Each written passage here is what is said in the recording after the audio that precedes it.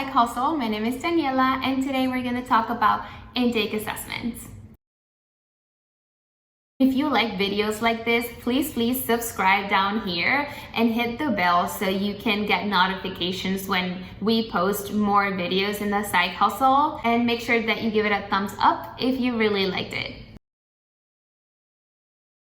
So I want to start by telling you guys that I've been working as an intake specialist and / utilization review specialist since December 2018.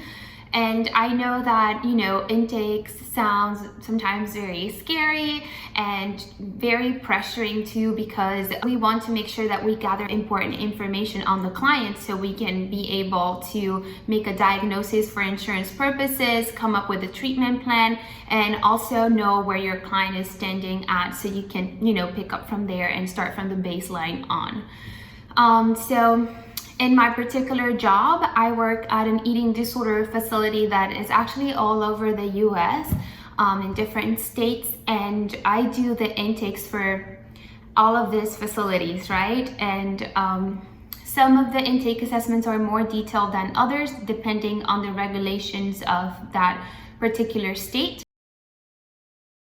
For my particular job, I am the one responsible for doing the intake assessment, making sure that we gather all the information that we need. My supervisor determines what level of care is appropriate based on the information that I gather. So imagine how important it is to gather the right information. If I do my job wrong, then a client can go to the wrong level of care, right? And we don't want that. So I have to get really detailed information in their primary disorder or mental illness, in this case being eating disorders, and then gather all additional information on other co-occurring conditions.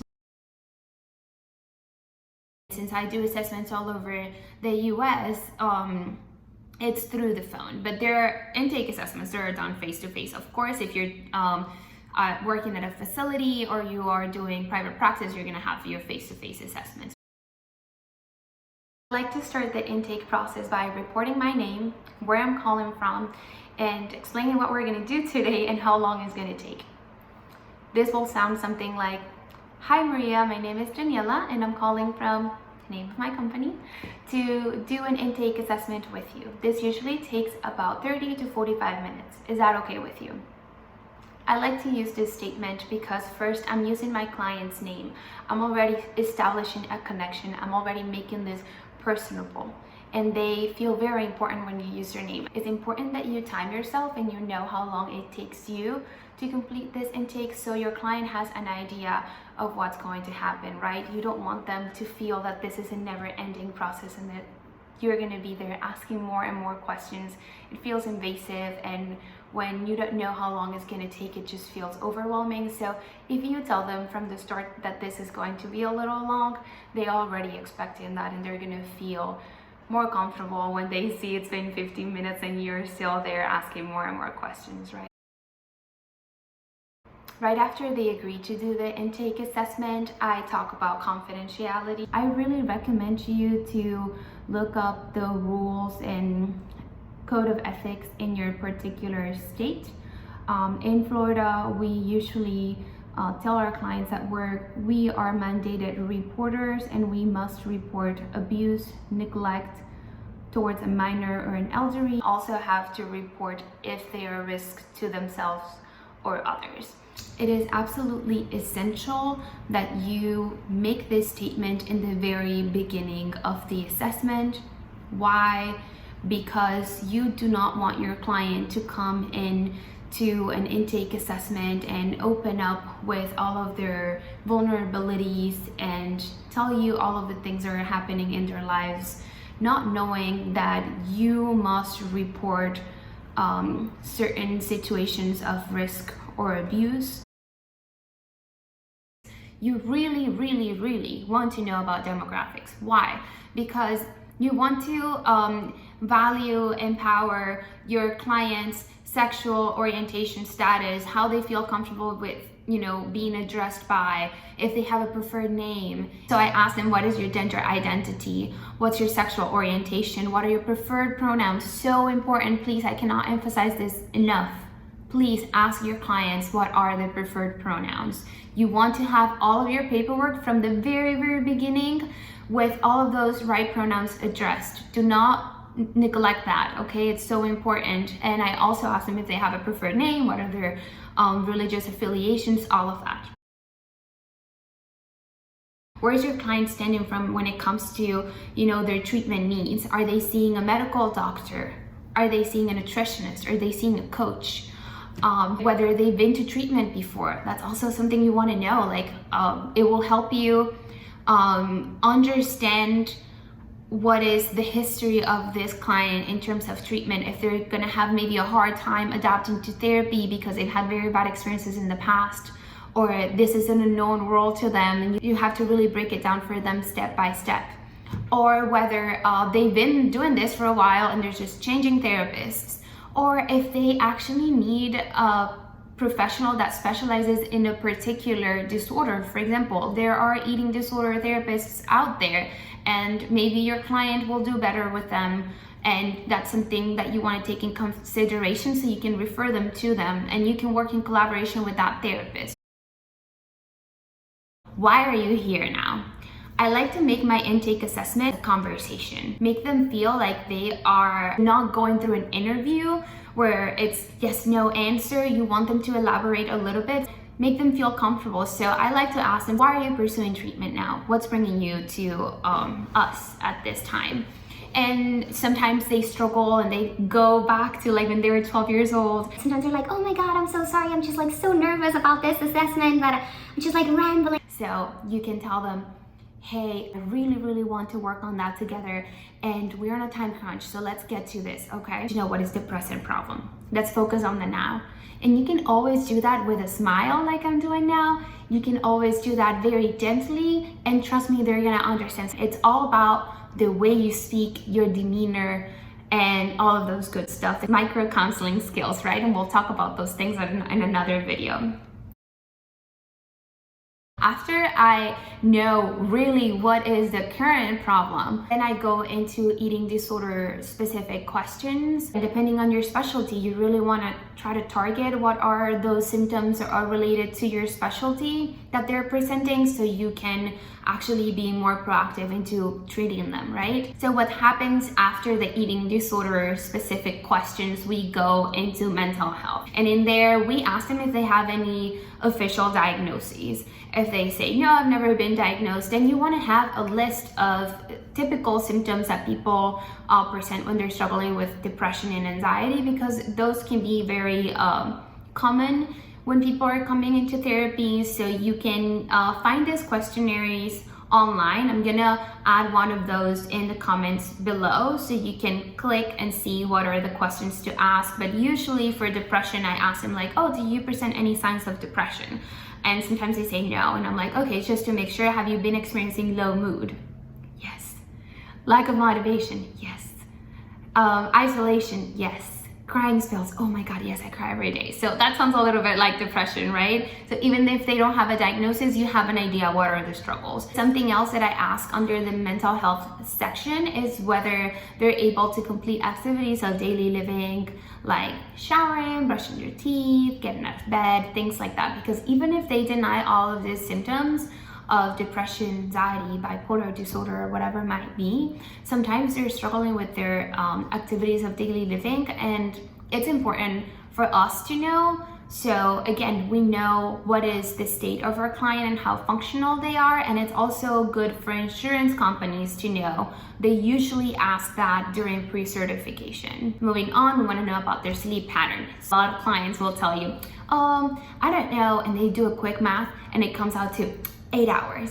And then it sounds like a very good sleep pattern, but then if you ask them, like, do you have trouble like falling asleep and staying asleep? They're like, yeah, I just can't sleep. I don't feel rested ever. You also want to know, like, when you wake up in the middle of the night, do you struggle with like the mental illness that they told you they present? So in my case, or my company's case, is eating disorder. So do you struggle with hunger, or do you feel like the urge to binge? Or do you ever like wake up in the middle of the night and engage in behaviors? And you would find that a lot of times it happens. So you want to know about that too, because sleep is so important for your mental health, physical health, and everything.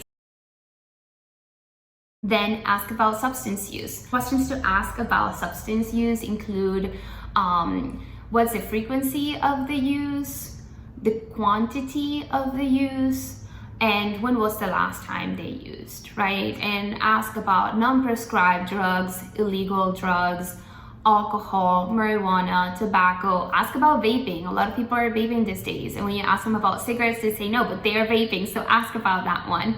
And also caffeine. Caffeine is also a substance that causes addiction, so please ask about caffeine intake as well. You want your client to be honest, right? And you can tell them like, look, I know it might be uncomfortable for you to disclose this information, but there's no judgment here. There is an Out at Sea questionnaire that I think is really helpful to have an idea of whether your client is struggling with alcoholism. And in here, do not be afraid to ask. There's a lot of stigma and like taboo around the topic of substance use, but you want your client to be honest, right? We have the section on suicidality, the risk assessment. So again, we already disclosed in the very beginning about confidentiality and explained that you are a mandated reporter. So in case they are a risk to themselves or others, you would have to report. However, this doesn't mean that your client cannot be struggling with suicidality or you're gonna report. No, it's only if they're a risk to themselves, meaning they have a plan and intent, right? So for this one, you want to ask if they're currently struggling with suicidal ideation. I like to warn them before we start this one. So I usually say, so now we're going to do the risk assessment, and this includes information on suicidality and self-harm. Have you been struggling with suicidality? If yes, how often? You want to know what's a typical thought that comes to mind. You want to know the severity of the thoughts. So do they happen daily? For how long do they last? Are they fleeting thoughts that come and go and they're manageable? Or is it intrusive thoughts they can't get rid of, right? And if, depending on what they report, make sure that even if they say, oh, it's just like I wish I wasn't here, make sure that you ask whether they have been having a plan or intent. And always have that in your notes. And if they say no, you can ask whether it's happened in the past. The next question would be attempts. So, do you have a history of suicide attempts? If yes, there's a lot of information you want to know about this. Total number of attempts, methods, dates, when was the last time it happened? If it was within the last 6 months, please ask them, were you hospitalized for it? Did you ask for help? Did anyone find you? Did you regret it after it happened? You really want to know these things. And why? Because at the intake process, you still don't know if your client is going to stick with you, and you really want to know if they're still at risk. So it's very important to ask these questions. And if they don't continue with you, but they have another provider, maybe it's good that you encourage them to talk about this with their other provider, right? Because you also want to ask about self-harm. So any history of self-harm. And if the answer is yes, you want to know again, what's the method? How often does it happen? Have they ever needed medical attention for it? And when was the last time it happened? Ask about whether they've had thoughts or plans to hurt other people. And you can also ask them to commit to staying safe just for your records. We also typically ask about abuse and trauma, and this one again is a very sensitive topic, and this is how I present it. Okay, we have to call things how they are. This is an uncomfortable, difficult topic, and I'm not gonna lie, when I started working in this company, I hated this section. I thought it was so invasive and intrusive, and I didn't want to ask about it. And here I am. I feel very comfortable asking about it now, and I'm very proud of myself for being at this point. It's all about the presentation, I noticed. So I usually tell them, so our next section is going to be about abuse and trauma. If you don't feel comfortable, just let me know. We can skip it for now. But I just need to confirm some superficial information. You do not want to trigger any PTSD or deep-rooted trauma, right? You just want to gather very superficial information because you want to make sure that the client is not at risk. You also want to make sure that whether this can be a potential diagnosis like PTSD or other trauma disorders. And also you want to know whether this is going to be a topic to work on in therapy. In my company, we always ask about physical abuse or neglect, emotional, verbal abuse or bullying, and sexual abuse or assault. We also assess the client's safety, whether there's a person that they don't trust, whether there's a place where they feel very uncomfortable, and we always ask if there has been any other situation or event that they consider traumatic or emotionally disturbing. And this is actually something that I added to the assessment. It's not necessarily in my template for the assessment, but I think it's very important to address the big and small traumas with the same level of concern.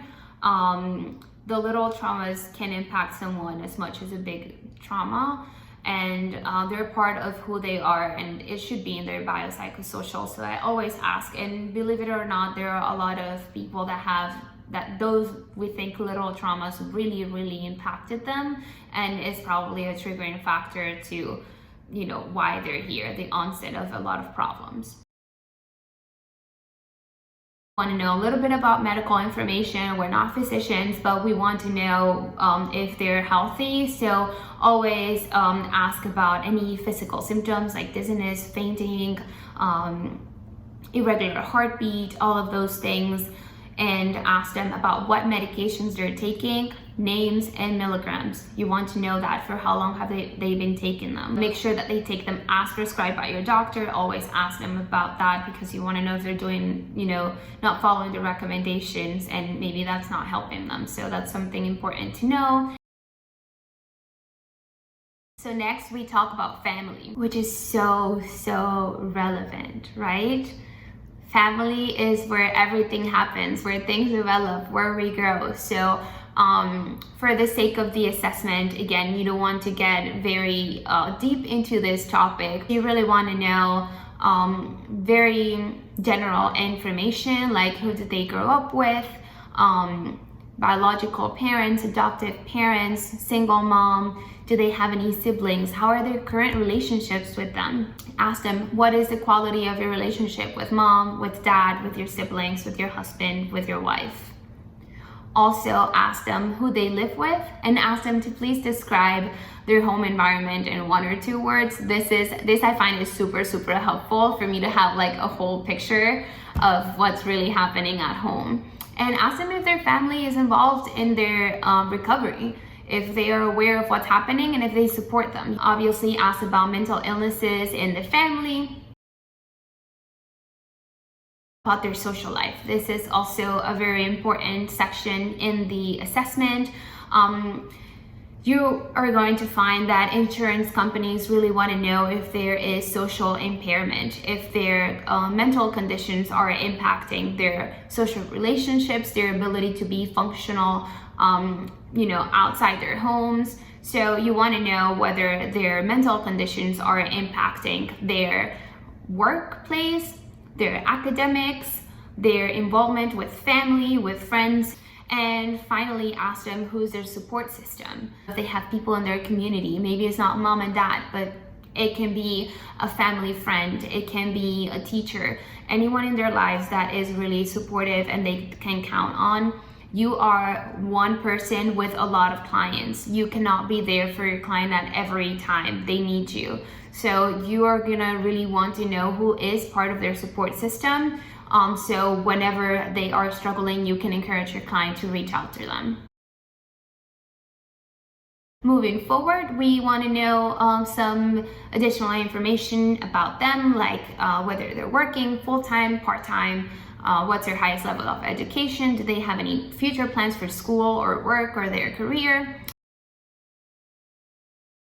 If you have time, I really recommend you to ask your client to tell you a little bit what they understand about treatment, what they think treatment is, and clarify anything that can be wrong or that you think there's a misconception there.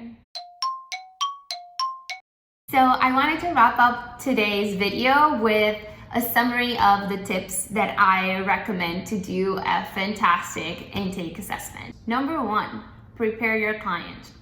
Tell them what your name is, what you're gonna do today, how long it's gonna take, and talk about confidentiality. Number 2, divide it into sections and prepare your client for each section. Present it as a PowerPoint. Just say, now we're gonna talk about this, and now we're gonna talk about this, and this is a sensitive topic, so present it like that, and you would see that your client is gonna feel more relaxed and confident and prepared for the piece of information that you're gonna be asking. Number 3, make it a conversation. Do not make it a template where you're like, yes, no, yes, no. It feels very robotic. And although you want to get through all of these questions, you can still do it in a form of a conversation, and you can reroute your client, redirect them. You can do that by mirroring their body language, using a gentle voice, smiling. All of these little things, body language skills are so important. As long as you treat your client with kindness and compassion, you're gonna get through this assessment very quickly, believe me. Number 4, remind them that there's no judgment. I want you to say it. When you feel like your client is a little nervous or anxious or uncomfortable, you can tell them, listen, there's no judgment in here. This is my job. I hear a lot of things all the time.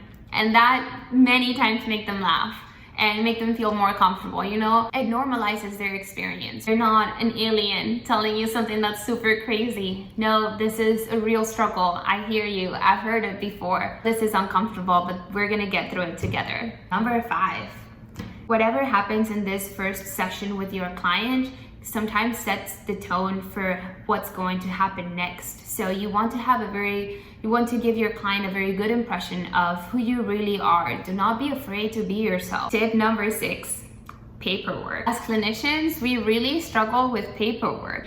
It's so much. And we don't want to face it. So what helps me is to write the assessment in the best possible way. If you're doing face-to-face sessions with your client and this is not over the phone, it might be a little difficult to take notes While doing eye contact, while being nice, while having compassion and unconditional regard. So I can see how that can be an obstacle to really write things down as you want them to be, so you don't have to edit, but try your best. Really try to get into this habit. Do not make the mistake of just writing scribbles, because you're not gonna be able to read your own letters. You're not gonna be able to make sense of a lot of information. And this assessment is so vital, so please get into the habit of writing things down as if you wouldn't have to make any correction. And I do tell my clients sometimes, Sorry if you hear silence, it's because I'm still typing. I hope you guys enjoyed this video. I hope it serves you for your future intake assessments, and if you have any suggestions or tips, please put them down below. Thank you and have a good day.